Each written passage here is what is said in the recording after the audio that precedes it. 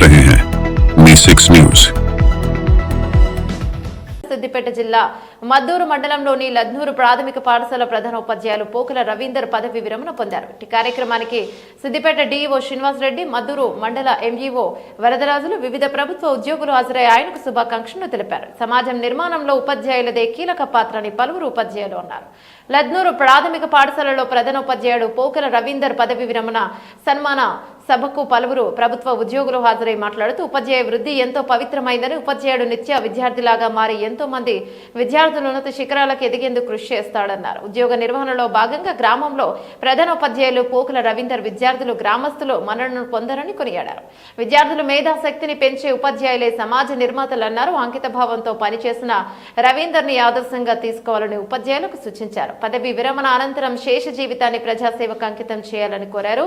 అనంతరం పలువురు గ్రామస్తులు ప్రధాన ఉపాధ్యాయులు పోకల రవీందర్ సతీమణి ఉమాదేవిలను ఘనంగా శాల్వాతో సన్మానించారు. కార్యక్రమంలో Revarthi PSCS vice chairman Irri Rajireddy, incharge ప్రధాన ఉపాధ్యాయులు ప్రతాప్, అమ్మ ఆదర్శ పాఠశాల చైర్మన్ శారద, ఉపాధ్యాయులు ఉపేందర్, విష్ణుమూర్తి, రాజమౌళి, హరిప్రసాద్, ఎస్ఎంసి మాజీ చైర్మన్ అన్నోజు భాస్కర్ తదితరులు పాల్గొన్నారు.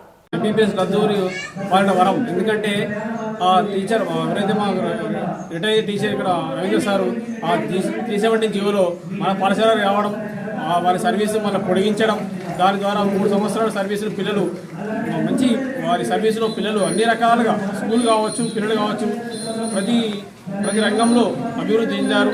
వారితో పనిచేయడం నిజంగా మా అదృష్టంగా భావిస్తున్నాము. వారు పదవి విరమణ అనంతరం ఆయురాగ్యాలతో ఉండాలని మనస్ఫూర్తిగా కోరుకుంటూ ఊహిస్తున్నాం.